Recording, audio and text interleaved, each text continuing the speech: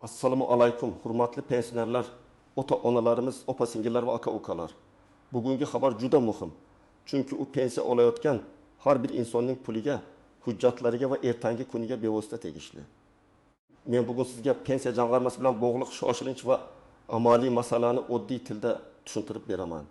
Nimalar o'zgaryapti, kimlar xavotir olish kerak, kimlar bemalol bo'lishi mumkin.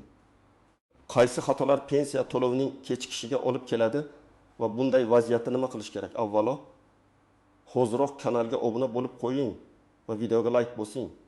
Chunki bunday ma'lumotni vaqtida eshitgan odam o'z pensiyasini, nafaqasini va huquqini himoya qila oladi. Ko'pchilik muammo paydo bo'lgandan keyin yuguradi, lekin men sizga muammo chiqmasidan oldin tayyor turishni o'rgataman. Oldin ko'p ishlar qog'oz hujjatlar asosida yuritilardi.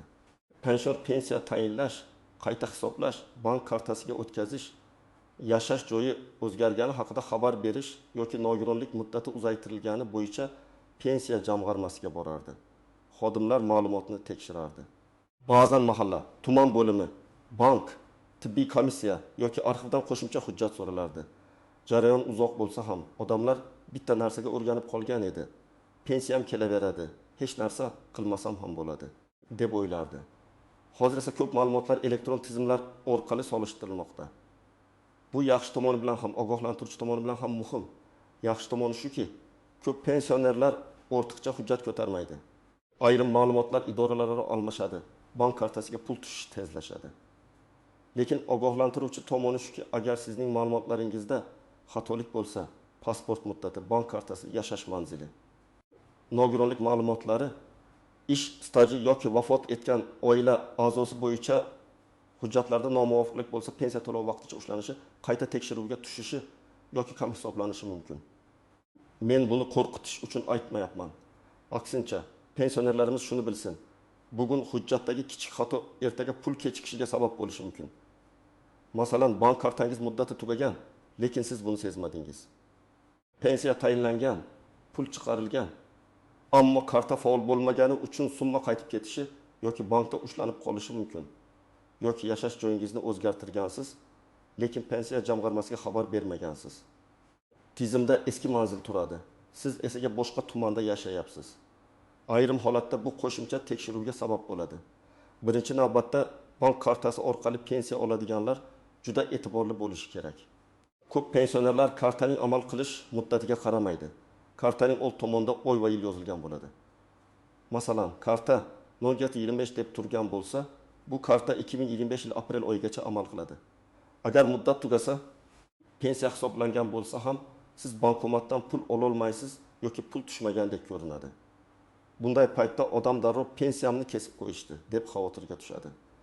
Aslida muammo pensiya jamg'armasida emas, bank kartasida bo'lishi mumkin. Misol keltiraman. Toshkent viloyatida yashaydigan Olmitex yoshli otaxon har oyning 7 sanasida pensiya oladi. Odatda 2 million 300 ming so'm atrofida pul tushadi. Bir oy kelib, telefoniga xabar kelmaydi. Oila a'zolari pensiya kechikdi deb o'ylaydi. Banka bo'lsa, kartaning muddati tugagani ma'lum bo'ladi. Yangi karta ochilgandan keyin pul tushumi tartibga solinadi. Mana shunday oddiy masala pensioner uchun 2-3 kunlik azob, yo'l xarajati va ovoragarchilikka aylanadi.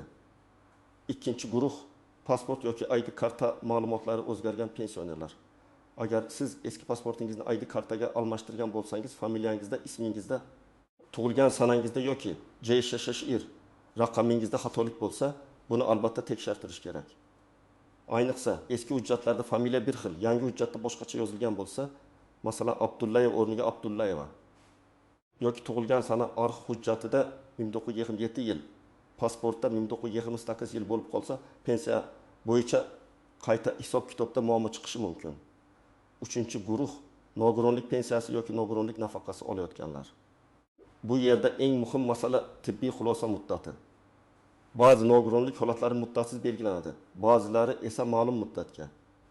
Agar sizning nogironlik guruhi muddati tugayotgan bo'lsa, tibbiy ko'rikdan vaqtida o'tish kerak. Aks holda to'lov vaqtincha to'xtatilishi mumkin.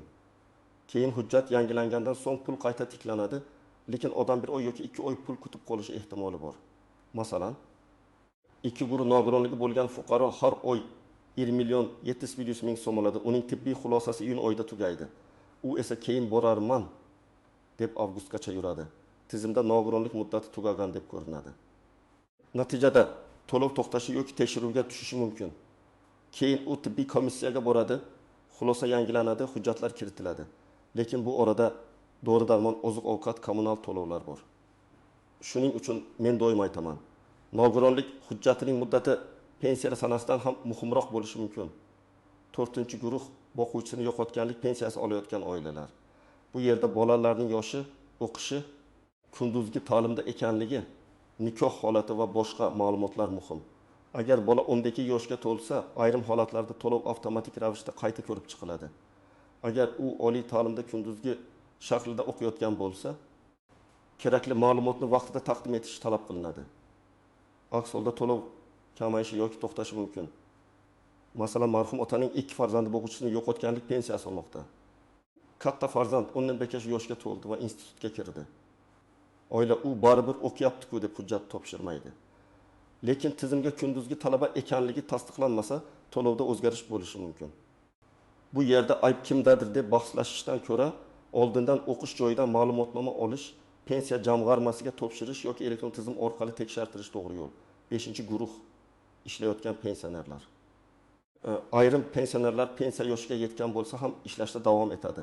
Bu qonunan mumkin. Lekin ish joyi, rasmiy daromad, soliq va jamg'arma ma'lumotlari to'g'ri yuritilishi kerak. Agar ish beruvchi ma'lumotni noto'g'ri topshirsa, staj yoki hisob-kitobda keyinchalik muammo chiqadi. Shuning uchun ishlayotgan pensioner har doim ish joyida rasmiy hujjatlar to'g'ri yuritilayotganini tekshirishi kerak. Kimlar xavotir olmasligi kerak? Agar sizning pasport ma'lumotlaringiz to'g'ri bo'lsa, bank kartangiz faol bo'lsa, yashash manzilingiz o'zgarmagan bo'lsa, nogironlik yoki boshqa imtiyoz hujjatlaringiz muddati amalda bo'lsa, pensiya har oy odatdagidek tushayotgan bo'lsa, vahimaga o'rin yo'q. Lekin xavotir olmaslik degani tekshirmaslik degani emas. Men har bir pensionerga kamida 3 ta narsani tekshirishni maslahat beraman. Karta muddati, telefon raqam bog'langanligi, pensiya jamg'armasidagi shaxsiy ma'lumotlar mosligi.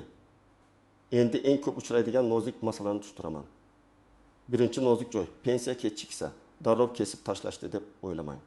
Pensiya to'lovi kechikishiga bir nechta sabab bo'lishi mumkin. Bank texnik kechikishi, karta bloklanganligi, hisob raqam o'zgarganligi, dam olish kunlari, bayram kunlari. Ma'lumotlar qayta tekshiruvga tushgani yoki pensionerning hujjatida nomuvofiqlik borligi sabab bo'lishi mumkin. Shuning uchun birinchi qadam vahima emas, aniqlashtirish bo'lishi kerak. Ikkinchi nozik joy, telefon raqam. Hozir ko'p xizmatlar SMS orqali xabar beradi. Agar bank kartangizga ulangan telefon raqam sizniki bo'lmasa, masalan o'g'lingiz, keliningiz yoki qo'shningiz nomidagi raqam bo'lsa, siz muhim xabarni o'z vaqtida ko'rmasligingiz mumkin. Men oilalarda ko'p ko'rganman. Pensionerning kartasi nevaraning telefoniga ulangan bo'ladi. SMS nevaraga boradi, bu esa pul tushmadi deb o'ylaydi. Keyin oilada tushunmovchilik chiqadi. Eng to'g'risi, pensionerning kartasi va muhim xabarlari ishonchli, doimiy ishlaydigan telefon raqamiga ulangan bo'lishi kerak. 3-nozik joy, ishonchnoma. Ba'zan pensionerning o'zi bankka bora olmaydi. Farzandi yoki qarindoshi orqali pul oldiradi. Bunda ishonchnoma qonuniy va amal qilish muddati tugamagan bo'lishi kerak. Og'zaki mening o'g'lim oladi degan gap bank yoki pensiya jamg'armasi uchun yetarli bo'lmaydi. Ishonchnoma muddati tugagan bo'lsa, pul olishda muammo chiqadi. Agar pensioner yotib qolgan bo'lsa, notarial tartib, uyga chaqirish imkoniyatlari yoki tegishli idoralar orqali rasmiy yo'l tanlanishi kerak. 4-nozik joy, ortiqcha to'langan pensiya. Ayrim holatlarda tizim yoki hujjatdagi o'zgarish sabab pensionerga ortiqcha pul to'lanib qolishi mumkin. Masalan, boquvchisini yo'qotganlik pensiyasida bola o'qishni tark etgan, lekin bu haqda vaqtida xabar berilmagan. Yoki nogironlik muddati tugagan, ammo ma'lumot kech kiritilgan. Keyin tekshiruvda ortiqcha to'lov aniqlansa, uni qaytarish talabi qo'yilishi mumkin. Shuning uchun tushib turibdi-ku, demak meniki deb beparvo bo'lish xavfli. Agar sizning holatingiz o'zgargan bo'lsa, buni vaqtida xabar qilish kerak. 5-nozik joy, arxiv staji. Ko'p pensionerlar eski korxonalarda ishlagan, lekin korxona yopilgan, nomi o'zgargan yoki arxivga topshirilgan. Pensiya qayta hisoblanayotganda qo'shimcha staj topilsa, pensiya miqdori oshishi mumkin. Lekin buning uchun hujjat kerak. Og'zaki men 10 yil ishlaganman, yetarli emas.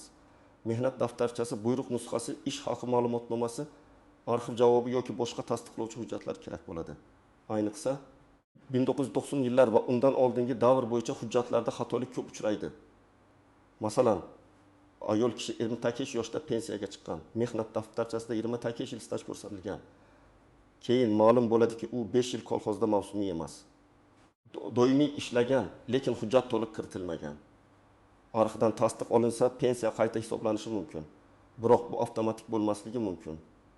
Pensioner yoki uning vakili murojaat qilishi, hujjatlarni yig'ishi, ariza yozishi kerak. 6-nozik joy, boshqa viloyatga ko'chish. Agar pensioner Samarqanddan Toshkentga, Farg'onadan Buxoroga yoki bir tumandan boshqa tumanga ko'chsa, doimiy yashash manzili o'zgargani pensiya ishiga ta'sir qilishi mumkin. Ayniqsa, pensiyani uyga yetkazib berish shaklida oladiganlar uchun bu juda muhim. Eski manzil bo'yicha pul yuboriladi. Odam yangi manzilda kutadi. Natijada pensiya kelmadi degan muammo paydo bo'ladi.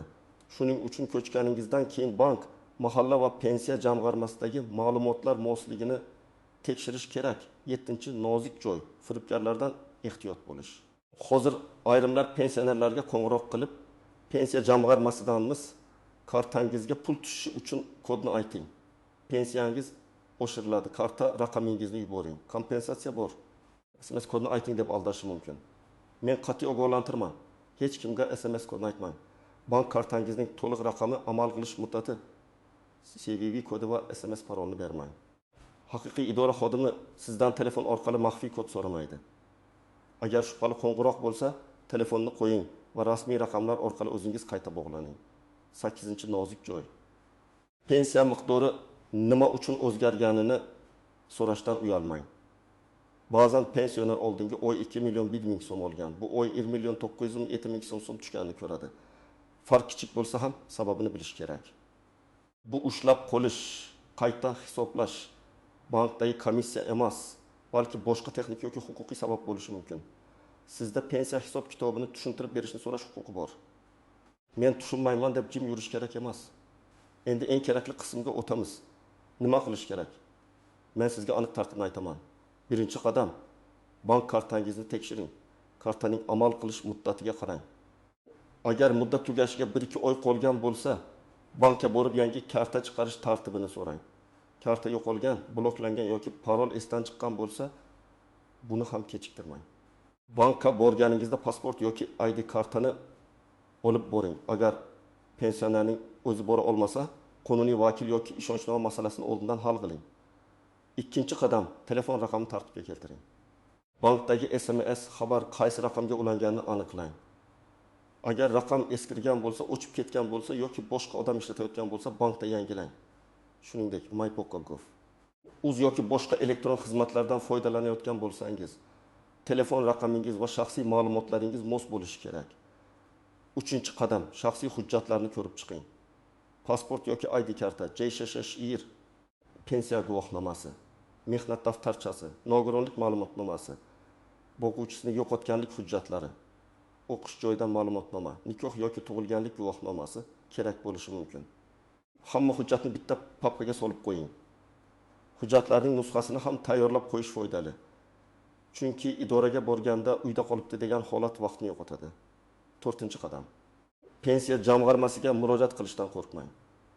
Agar pensiya kechiksa, miqdori o'zgarsa, karta bo'yicha muammo bo'lmasa ham, pul tushmasa yoki qayta hisoblash kerak deb o'ylasangiz, tuman yoki shahar pensiya jamg'armasi bo'limiga murojaat qiling. Murojaatda aniq yozing. Men falon sanadan pensiya olaman. Odatda falon miqdorda tushardi. Falon oyda pul tushmadi yoki miqdor o'zgardi. Sababini tushuntirib berishingizni va zarur bo'lsa qayta hisob kitob qilishni so'rayman. Ariza yozganda sana telefon raqam, manzil va imzo bo'lishi kerak. 5-qadam, agar staj bo'yicha shubhangiz bo'lsa, arxiv hujjatlarini izlang. Eski ish joyingiz nomini, qaysi yillarda ishlaganingizni, lavozimingizni, korxona joylashgan manzilni eslab yozib chiqing. Korxona yopilgan bo'lsa, hujjatlar qaysi arxivga topshirilganini aniqlash kerak. Buning uchun mahalliy arxiv sobiq korxona vorisi, tuman hokimligi yoki pensiya jamg'armasidan maslahat olish mumkin. Agar qo'shimcha staj tasdiqlansa, pensiya miqdoriga ta'sir qilishi ehtimoli bor. 6-qadam. Nogironlik muddati bo'lsa, taqvimga belgilab qo'ying. Tibbiy ko'rik muddatini oxirgi kunga qoldirmang. Kamida bir oy oldin oilaviy poliklinika yoki tegishli tibbiy muassasa orqali tartibni so'rang. Tahlillar, shifokor ko'riklari, hujjatlar vaqt oladi. Dori-darmon va davolanish hujjatlarini ham saqlang. Tibbiy xulosa yangilangach, ma'lumot pensiya jamg'armasi tizimida to'g'ri aks etganini tekshirtiring. 7-qadam. O'quvchisini yo'qotganlik pensiyasi olayotganlar o'qish hujjatini vaqtida tayyorlasin. Farzandingiz kunduzgi ta'limda o'qiyotgan bo'lsa, ta'lim muassasasidan ma'lumotnoma oling. Unda talabaning FIH, tug'ilgan sanasi, kursi, ta'lim shakli va o'qish muddati ko'rsatilgani ma'qul. Bu hujjatni zarur joyga topshirish orqali to'lovda uzilishlarning oldini olish mumkin. 8-qadam, firibgarlikdan himoyalaning. Agar sizga kimdir qo'ng'iroq qilib, pensiyangiz oshdi, kodni ayting desa, bu juda katta xavf belgisi. Agar kartangiz bloklanadi, tezda ma'lumot bering desa ham ishonmang. Hech kimga SMS kod bermang. Agar shubhalansangiz farzandingizga, ishonchli yaqinlaringizga ayting yoki bankning rasmiy raqamiga qo'ng'iroq qiling. Pensionerlarning pulini o'g'irlashga urinadiganlar ko'pincha shoshiltiradi, qo'rqitadi va hozir aytmasangiz pulingiz yo'qoladi deydi. Aslida haqiqiy idoralar bunday usulda ishlamaydi. 9-qadam. Har oy tushgan summani yozib boring. Oddiy daftar tuting. Qaysi sana qancha pul tushdi, bankdan qancha yechildi, qaysi oyda farq bo'ldi, hammasini yozing. Bu odat juda foydali. Chunki keyin pensiya jamg'armasiga yoki bankka borganda sizda aniq ma'lumot bo'ladi. Taxminan kam tushdi degandan ko'ra, o'tgan oy 2 million 270 ming so'm, bu oy 2 million 100 ming so'm tushdi desangiz, masalani aniqlash osonlashadi. 10-qadam, og'zaki gap bilan cheklanib qolmang. Agar muammo jiddiy bo'lsa, yozma murojaat qiling. Yozma murojaatga javob berilishi kerak. Murojaat nusxasini. Qabul qilingan sana va raqamni saqlang. Elektron murojaat yuborsangiz ham tasdiq raqamini yozib oling. Bu sizning huquqingizni himoya qiladi. Men pensionerlarga yana bir muhim maslahat beraman. Farzandlaringiz yoki yaqinlaringizdan yordam so'rashdan uyalmang. Lekin barcha ma'lumotni faqat bitta odamga to'liq topshirib qo'ymang. Karta kodi, SMS parol, shaxsiy kabinet paroli maxfiy bo'lishi kerak. Yaqin odam yordam berishi mumkin, lekin pul xavfsizligi doim birinchi o'rinda turadi. Agar pensiya umuman tushmasa, men quyidagi tartibda harakat qilgan bo'lardim. Avval bank ilovasida yoki bank orqali karta faolmi? Hisob raqam to'g'rimi, pul kelib tushganmi? Shuni tekshiraman. Keyin pensiya jamg'armasiga murojaat qilib, to'lov chiqarilgan chiqarilmaganini so'rayman. Agar to'lov chiqarilgan bo'lsa, muammo bank tomonidan bo'lishi mumkin. Agar to'lov chiqarilmagan bo'lsa, sababini yozma ravishda aniqlashtiraman. Keyin hujjatlarimda muddati o'tgan yoki yangilanishi kerak bo'lgan narsa bormi? Tekshiraman. Agar pensiya miqdori kamaygan bo'lsa, darhol sababini so'rayman. Bu qayta hisoblashmi, ushlab qolishmi, ortiqcha to'lovni qaytarishmi yoki ma'lumot xatosimi? Aniqlash kerak. Har bir sababning huquqiy asosi bo'lishi lozim.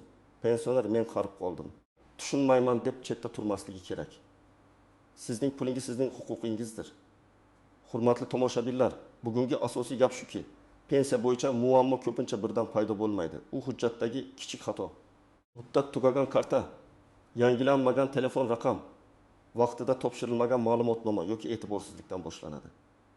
Agar siz bugun kartangizni, hujjatlaringizni, manzilingizni va pensiya jamg'armasidagi ma'lumotlaringizni tekshirsangiz, ertaga pensiya kechikishi yoki to'lov to'xtashi kabi noxush holatlarning oldini olasiz.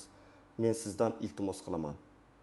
Bu ma'lumotni faqat o'zingiz uchun emas, ota-onangiz, qo'shningiz, mahallangizdagi yolg'iz pensionerlar uchun ham yetkazing. Kommentariyada yozing. Sizda pensiya kechikishi, karta muddati tugashi yoki qayta hisoblash bo'yicha muammo bo'lganmi? Tajribangiz boshqalarga yordam berishi mumkin. Videoga like bosing, kanalga obuna bo'ling va keyingi muhim xabarlarni o'tkazib yubormaslik uchun kuzatib boring.